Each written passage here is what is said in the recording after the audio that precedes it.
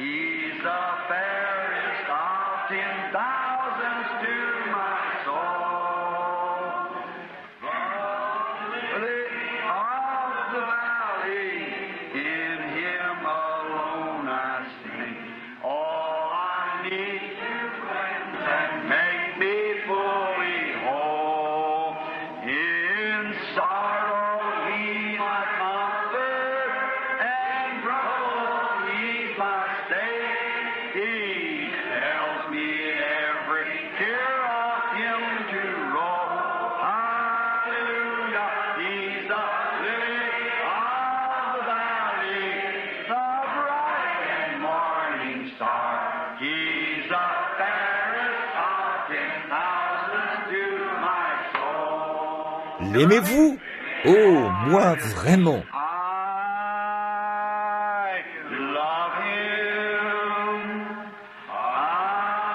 Bon, adorons-le maintenant, après toutes ces paroles tranchantes et ce message.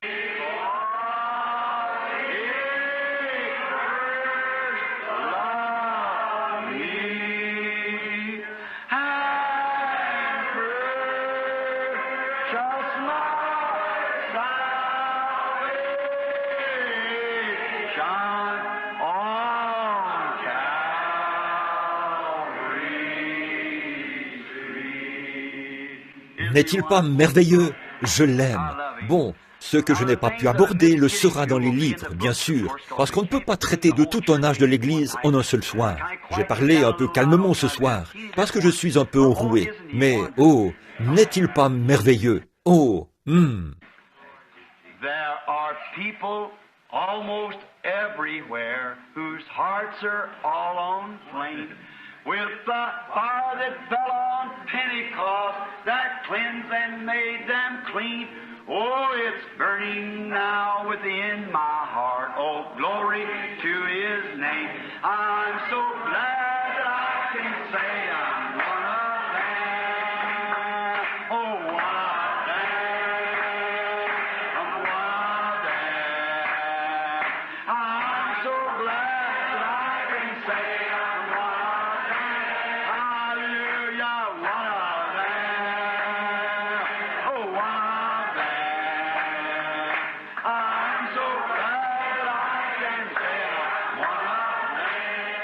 Êtes-vous heureux? Je me souviens d'un soir où je revenais de Chattanooga. L'avion avait été cloué au sol, au Tennessee, là-bas à Memphis. On m'avait logé dans un grand et bel hôtel là-bas. Puis, on m'a appelé pour me dire, l'avion partira demain matin à 7 heures. J'ai pris des lettres pour aller les mettre dans la boîte aux lettres. Comme j'étais en chemin pour rentrer à la maison, j'avais répondu aux lettres de quelques-uns de mes amis. Alors que j'y allais, le Saint-Esprit a dit, continue à marcher. J'ai donc continué, et je suis arrivé dans le quartier des gens de couleur. Alors que j'étais là-bas, je me disais, oh, dis donc, c'est l'heure du départ de l'avion. Et le Saint-Esprit me disait sans cesse, continue de marcher. Exactement comme il l'a fait l'autre jour, là-bas, dans les bois, vous savez. Continue de marcher tout simplement. J'ai donc continué de marcher. Mon regard s'est porté là-bas, au loin, sur l'une de ces petites cabanes peintes où vivaient des gens de couleur pauvre, là-bas. Une mamie, le type même de tante Jemima, une chemise de garçon enroulée autour de la tête et appuyée contre comme ça. Et je marchais là, en chantant, je suis d'entre eux, je suis l'un d'entre eux. Je suis si heureux de dire, je suis l'un d'entre eux. Oh, alléluia. Que veux-tu, Seigneur? L'un d'entre eux, je suis l'un d'entre eux. Croyez-vous qu'on peut être conduit par l'Esprit? Oui, bien sûr. Je suis si heureux de dire, je suis l'un d'entre eux. Il y a environ 14 ans de cela maintenant. Elle regardait par-dessus la clôture. J'étais à peu près, à un demi-pâté de maison d'elle. Et j'ai vu cette vieille dame de couleur qui me regardait fixement, vous savez. Eh bien, j'ai simplement continué. J'ai arrêté de chanter et j'ai continué à marcher. Je suis arrivé près d'elle. De très grosses larmes lui coulaient sur ses grosses joues rondes. Elle m'a regardé et a dit « Bonjour, pasteur !» Je me suis retourné et j'ai dit « Bonjour, tontine !» Et elle a dit, je me suis retourné, elle riait, elle avait un large sourire sur le visage. J'ai dit, comment avez-vous su que j'étais un pasteur? Dans le Sud, vous savez, un prédicateur est un pasteur. J'ai dit, comment avez-vous su que j'étais un pasteur? Elle a dit, je savais que vous viendriez. Et j'ai dit, comment le savez-vous? Me connaissez-vous? Elle a dit, non monsieur. Et elle a dit, je savais que vous viendriez. Elle a dit, avez-vous déjà entendu l'histoire de la femme sunamite? J'ai dit, oui, en effet.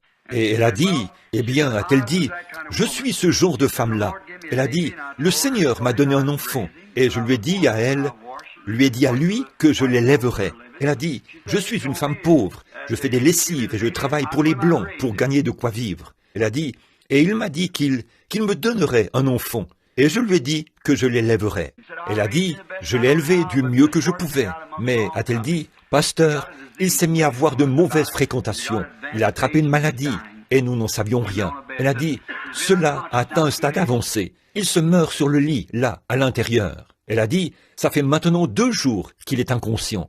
Elle a dit, le médecin est venu et a dit, cela a attaqué son cœur et ainsi de suite. Son sang est déjà contaminé et cela a causé tant de dégâts que tout ce qu'on lui donne ne peut plus l'aider à ce stade. Elle a dit, il se meurt. Et elle a ajouté, je ne peux tout simplement pas supporter de le voir mourir pécheur.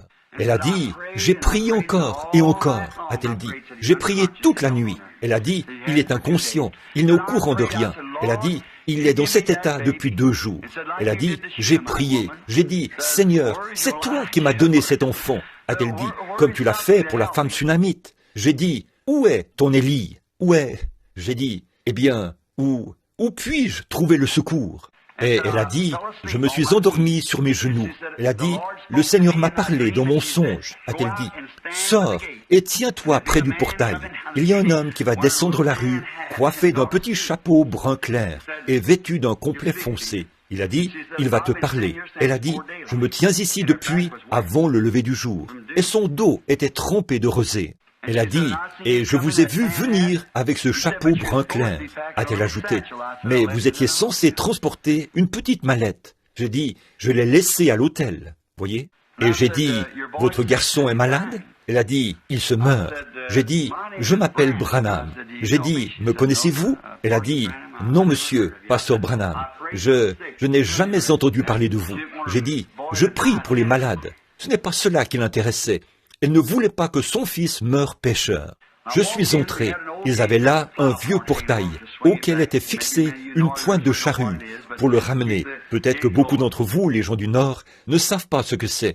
Mais ça permet de maintenir le portail fermé. Et je suis entré dans la maison, une vieille petite cabane de 2 pièces. Ça ressemblait à ce qu'on appelle une petite maison de fusil de chasse. Et là, il y a une pièce ici qui sert à la fois de salon et de chambre à coucher. Et là, au fond, c'est la cuisine. Quand je suis entré, c'était une charmante petite maison blanchie à la chaux, avec des murs décapés de chaque côté et des bardeaux. Et donc, non, je crois qu'elle avait du papier goudronné sur le toit. Je me souviens d'avoir vu de grosses bulles, comme de la rosée là-dessus. Puis, quand je suis entré, il y avait un écriteau suspendu sur la porte qui disait « Que Dieu bénisse notre foyer ». Juste ici dans le coin, il y avait un vieux lit par ici et un autre par là. Là était étendu un grand gaillard, pas de tapis sur le sol, un très grand garçon. Ce très beau jeune homme était là. Je pense qu'il pesait entre 75 et 80 kilos et mesurait presque 1,80 m. Et il tenait la couverture dans sa main et faisait Et elle a dit, le bébé de maman. Je me suis dit, le bébé de maman. Et pourtant, il avait une maladie vénérienne. la syphilis, et il se mourait. Puis, elle l'a embrassé sur le front, elle a tapoté comme ceci, en disant « le bébé de maman ».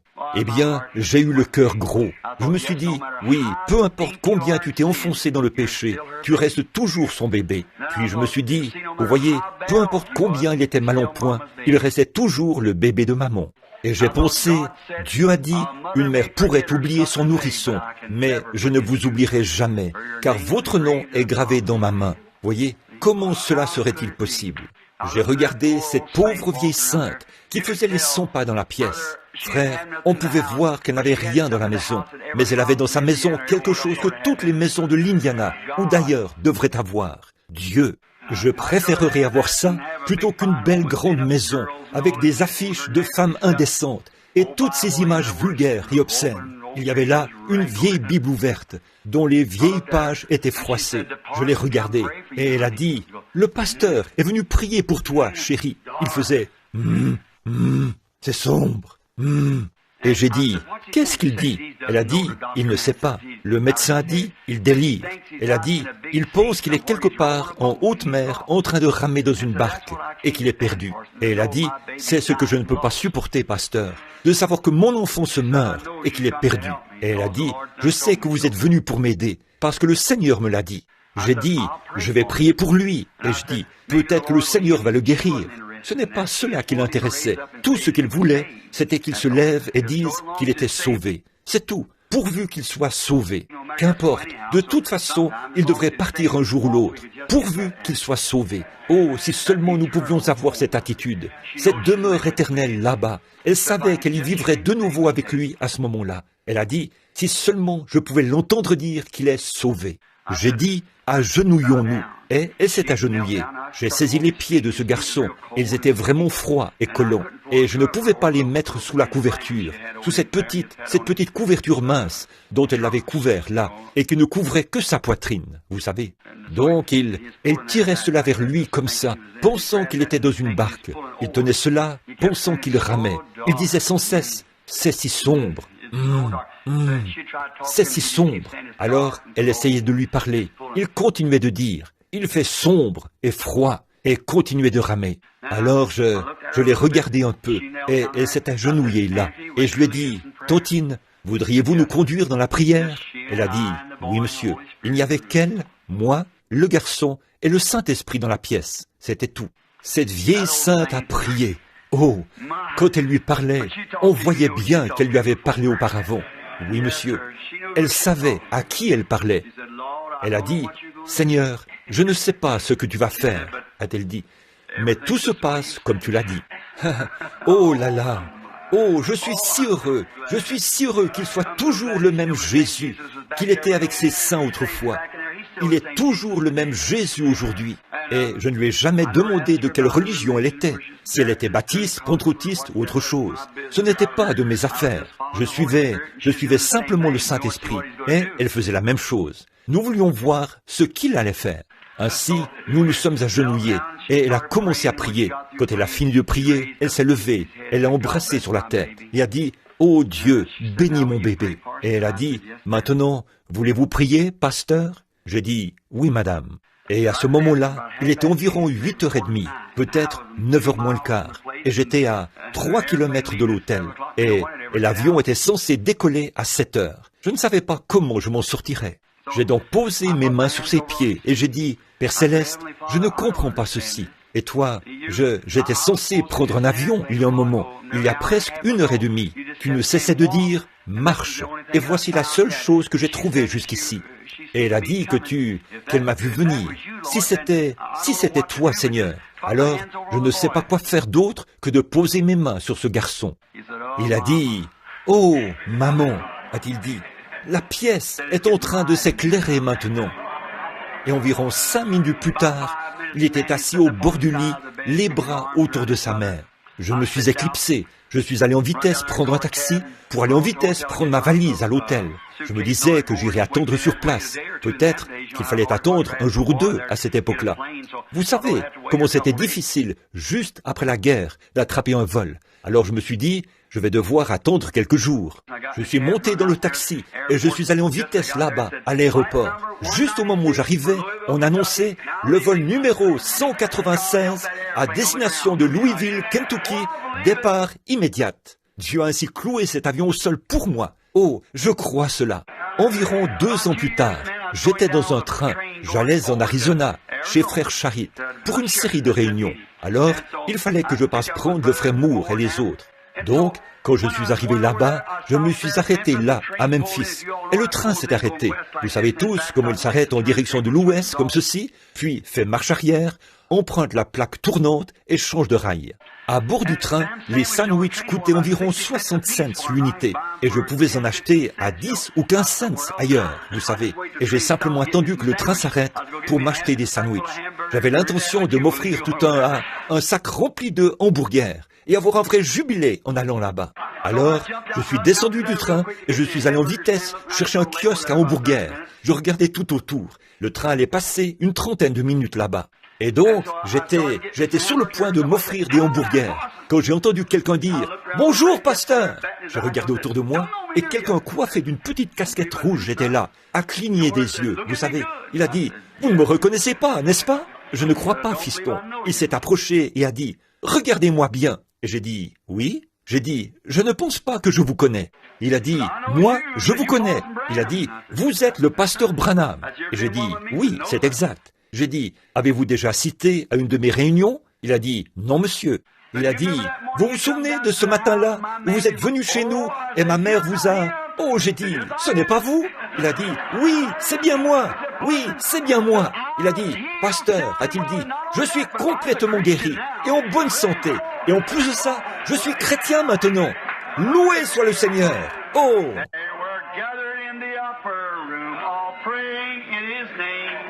They were baptized with the Holy Ghost and power for service came. Now, what He did for them that day, He'll do for you. Aren't you glad? I'm so glad that I can say I'm one of them. One of them. One of them. I'm so glad that I can say one of them. Hallelujah. One of them.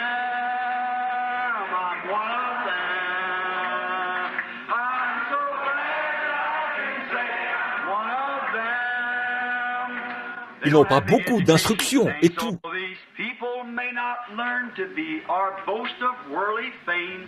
They have all received their Pentecost, baptized in Jesus' name, and are telling now both far and wide His power is yet the same. I'm so glad that I can say I'm one of them. One of them. I'm one of them. I'm so glad that I can say I'm one of them. Hallelujah, one of them. One of them. I'm so glad that I can say I'm one of them. Come, my brother, seek this blessing that will cleanse your heart from sin. It will start the joy bells ringing and will keep your soul aflame. Oh, it's burning now within my heart. Oh, glory to His name. I'm so glad that Maintenant, serrez la main à quelqu'un devant, derrière et à côté de vous.